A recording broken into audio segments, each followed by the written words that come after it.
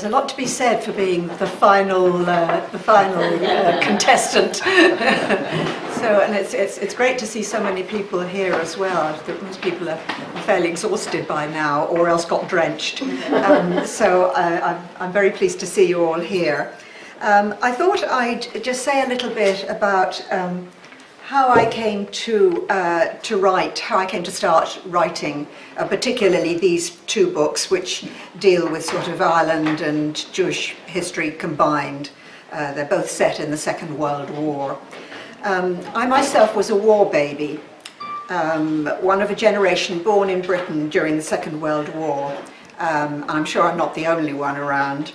But war babies, however young, were stamped for life with the very vivid and frightening memories of air raid sirens and running to the shelter and the unforgettable threatening sound of bombers and later V-1s and in particular pilotless rockets, V-2s.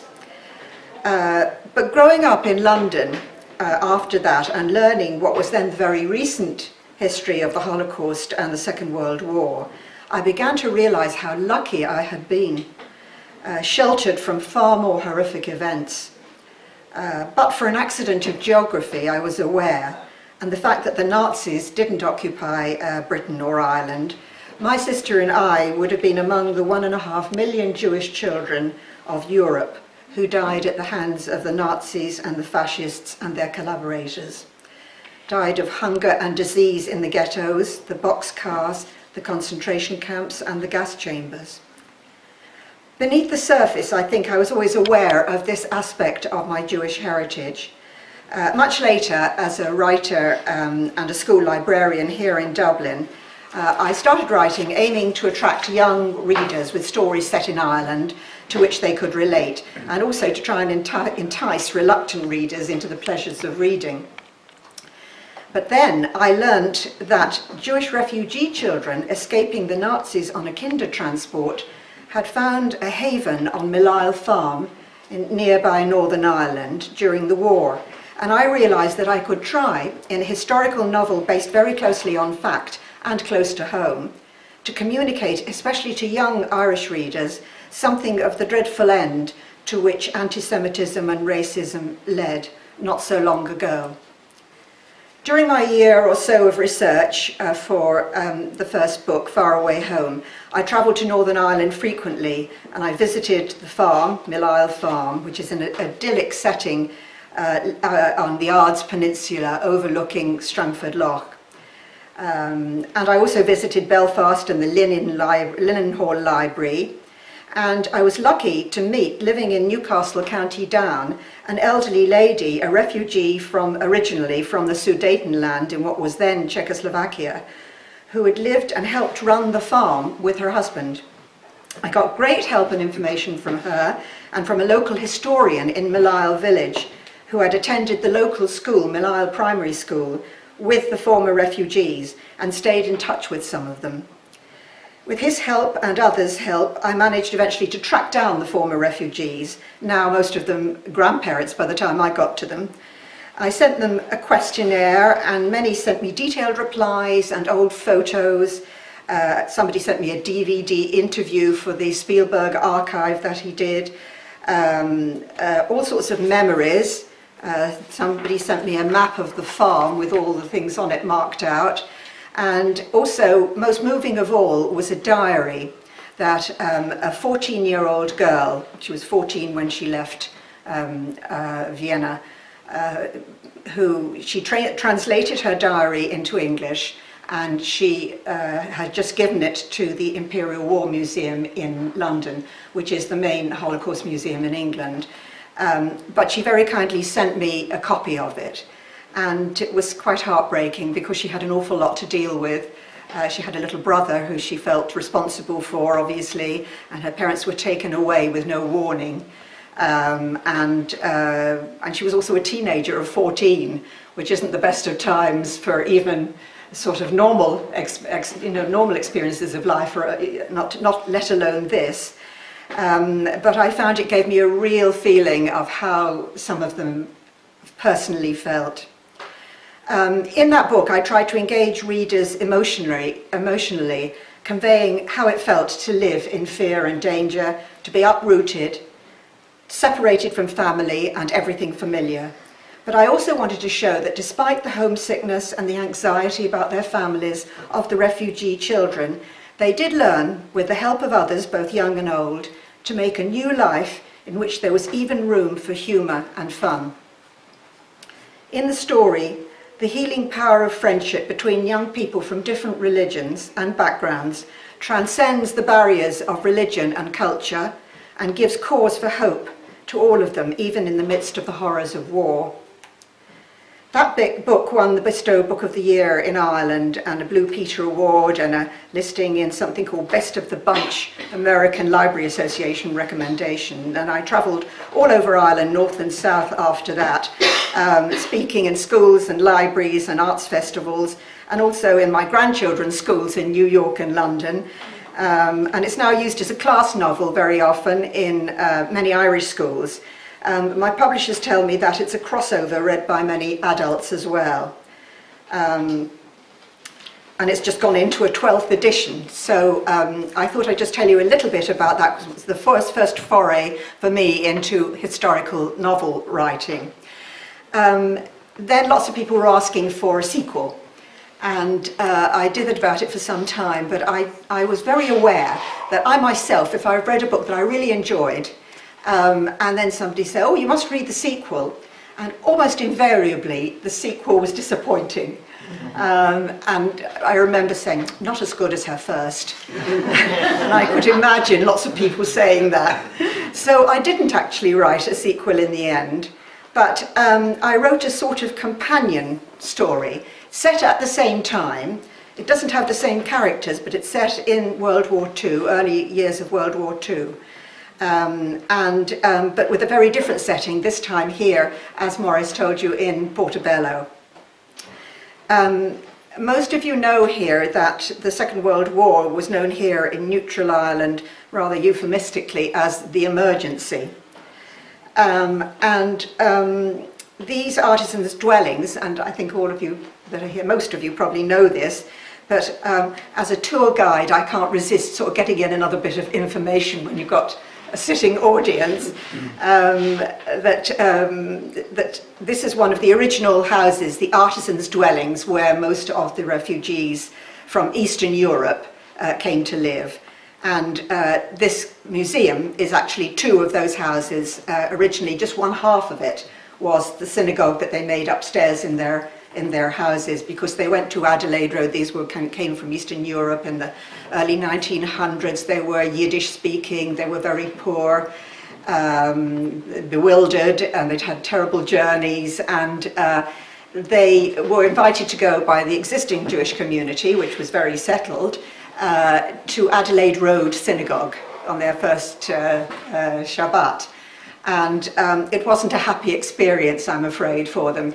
I don't mean to criticise in any way Adelaide Road Synagogue, which is a wonderful shul, but for them, they really, it was so unlike what they were used to. They only had their raggedy clothes still, and they said the davening wasn't the same as it was in their own shul, because mostly in the shtetl, where they mostly came from, the shtetl, that in the middle of each shtetl mostly there was a small wooden synagogue, and that was their shul, and they ran it and they saw to it. And here they went into what my husband's late father called the Englischer shul,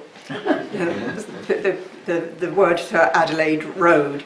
So the intentions were very good to invite them there, but what they did was mostly they made these little synagogues, or stieblach, a stiebel is really what it's called in Yiddish, upstairs in their houses or in small little units in this whole area of Portobello. And this was in the heyday when there were a very large number of Jewish people in this area, and it was called Little Jerusalem. But anyway, in the heyday there were about 8 or 9 of those small synagogues.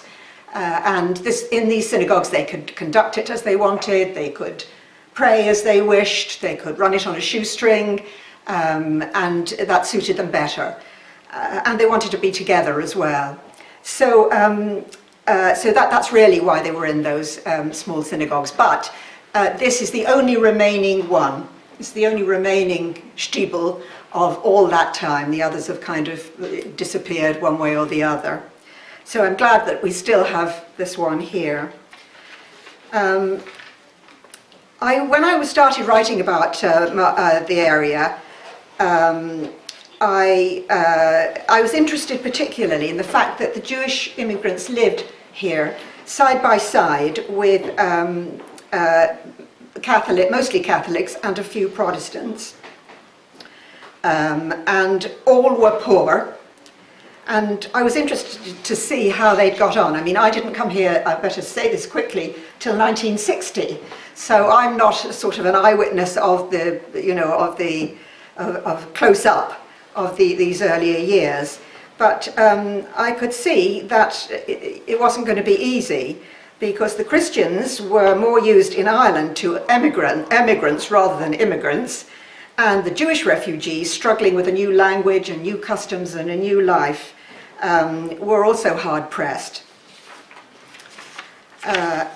As in Far Away Home, friendship between young people across the divide is one of the themes in 17 Martin Street. In addition, the thorny subject of Irish neutrality in the Second World War is very relevant and comes into both books.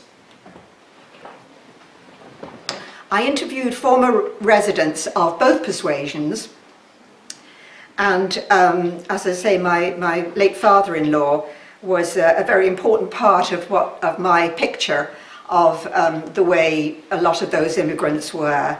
And in the story, he's known as Zeta. I managed to get into one of the houses in Martin Street with some difficulty. I went to Martin Street because I decided that was where I was going to set. It was based on true events, but I wanted to pick the part of Portobello, that would appear to be most relevant. So I found Martin Street right in the heart of Portobello, and with what looked like very little change. I mean, obviously the district has changed enormously now, but even then, when I started writing this, there were changes. But anyway, Martin Street looked much as it must have looked. So I walked up and down, and then I thought, I must try and get into one of these houses, because in the museum, of course, it's hard to tell, apart from the little kitchen down below, which I used as material. The house, obviously the houses are the two houses have been knocked together and is configured totally differently. So I thought, I can't really knock on a door and say, I'm writing a book about this street, can I look at your house? I thought, I can't really do that. So I walked up and down for a bit, and then I noticed there was a discreet for sale sign at one end, near one end of the road. And I went up, and I felt a bit guilty because I obviously wasn't planning to buy the house. And there was a woman outside, and she had lovely colour pictures of 17 Martin Street. And I said, is it all right to just come in and look over the house? And she said, oh, yes, yes. And she gave me a leaflet. So I went in, and it was fascinating. It gave me a huge jump in the book, because in the book the non-Jewish family are there already and the Jewish family move in next door. So I wanted to have the Jewish family, there were 2 girls and a baby, and have them running up and down the stairs excitedly and sort of looking at everything. And after that visit, I could, and I got as close as I could with all the details, from the tiny parlour to the outside privy in the backyard, to make sure they were truly authentic. Actually, many of my readers have been quite shocked by the idea of the privy, even though it was in 1940. In the story, which is, as I say, based on fact, Ben Byrne, the Catholic family's mother, is ill with TB, which was a scourge in Ireland at that time. A Jewish family, the Goldens, move in next door, and Hetty Golden's father sews buttonholes for a living, but has a weakness for gambling, while Ben's dad worries about his ailing wife, but has a weakness for drink. There is conflict between the two families, but eventually differences are overcome through joint efforts to help a young Jewish female refugee, who's called Renata in the story, who was on the run from the very strict Irish immigration authorities, whose job it was to prevent any refugees before, during and even after the war from entering the country unless they have and there were very few of them, full papers and full documentation. And even then it was extremely difficult. Ranata's true story, complete with the extraordinary twist at the end, was told to me by the elderly lady herself, and I noticed that she was interviewed in Louis Lenton's heartbreaking film No More Blooms, which some people here might have seen, about Ireland at the time of the war. And it was interesting to see her there, and she was the person that gave me the story as well. For the book, I interviewed former Portobello residents of both persuasions. I found a house with 3 old Protestant ladies who'd lived in the same house since their birth, and they were kind of in their 80s, all 3 of them. And they gave me a very interesting picture of the way it used to be, and then what it was like when the refugees came in, and they were quite nice about it. And it was a bit of an insight. The Jewish people that I didn't have any problem at all, because in the community there were many, many people who had grown up, or whose families had grown up in Martin Street, so there was no problem there. But I did a few other things in the research. I visited strange places like nearby Sing Street Christian Brothers School to identify the school uniform that Ben, the young boy, Catholic boy in the story, would have worn when he bumps into Hetty in the street. So I had to identify the uniform, not just that they're wearing at the moment, but I'm very careful about details, so I had to suss out what the uniform was in the 1940s. So in the end, lots of people passed me on from one person to another, and eventually I met the principal, and he'd had to look it up too, but he gave me the details. And he said, let me know about the book, but I didn't get round to it. I also went to the Transport Museum to check on the trams that were in use at the time, and a former TB sanatorium in County Wicklow, now a care home. I went to newspaper archives to get details and photos of the notorious Dublin bombing. One of the aims of 17 Martin Street was to try and recreate for younger readers the relationships and some of the vibrancy, the customs and the local colour of Little Jerusalem, which still existed, as I say, up to a point when I arrived in Dublin in the 1960s. It gradually faded as the generations of immigrants moved on, most of them upward and away from Portobello. From my research, I found that although in early years there was occasional resentment and suspicion between the residents of Portobello, yet in the long run, affectionate, warm and often very long-lasting friendships were formed across religious lines. The area, with alterations, has now become a very desirable residential area, with one shop only surviving, and that's the Bretzel Bakery, as all of you, or most people here would know, in Lennox Street, which still supplies kosher bagels, challahs, and rye bread to the Jewish community. I thought I might read you a little bit out, if that's okay, and then if you've got any questions, you can ask me then. I'm just reading the bit from Martin Street. There, yes, this is Ben and his friend, and an incident that sparks off a whole series of results in the story. Come on, Ben, Billy's doing a message in Clanbrassil Street, and then we're going to try out the football he got from his uncle. It was a holy day, school was closed, and Ben's pal Smiler was at the door with his neighbour Billy Flynn. Go on with you, Ben, it's time you got out, his grandmother said. She gave them each a freshly baked jam tart, and off they went, picking up Maurice Wolfson, known to everyone as Mixer, further along the street.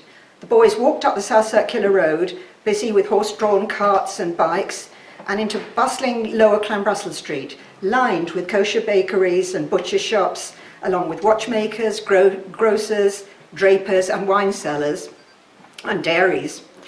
Billy and Smiler couldn't resist bouncing and kicking the new ball all the way up the noisy street through a heaving mass of people, and from all sides, breathing in the tempting smells of pickled cucumbers, spices and hot bread. Mixer darted into Weinronk's bakery and emerged grinning with 3 bagels, marked down because they were yesterday's. Ben munched the delicious bagel. He loved these round bread rolls with the crispy onions and poppy seed on the top. And turning into Lombard Street, they started an impromptu game with a new ball and were soon joined by local children. Ben received one of Billy's famous headers and gave an almighty kick, which Mixer, running, tripped and missed. And as they watched in horror, the ball zoomed on to hit a white-haired old man who just emerged from Rubinstein's butcher shop on the corner with a newspaper-wrapped parcel under his arm. Then, bouncing off him and knocking him off balance, the ball hit the plate glass window and smashed to smithereens. "Run!" shouted Billy, and they all sprinted off down Lombard Street. But Ben had never been a fast runner, and after a couple of minutes, breathless and terrified, his glasses slipping down his nose, he felt a heavy hand on his shoulder. "Just my luck," he thought miserably as the guard marched him back to the shop, crunching over the shards of glass on the path. And there stood the old man, dazed but upright, still clutching his parcel.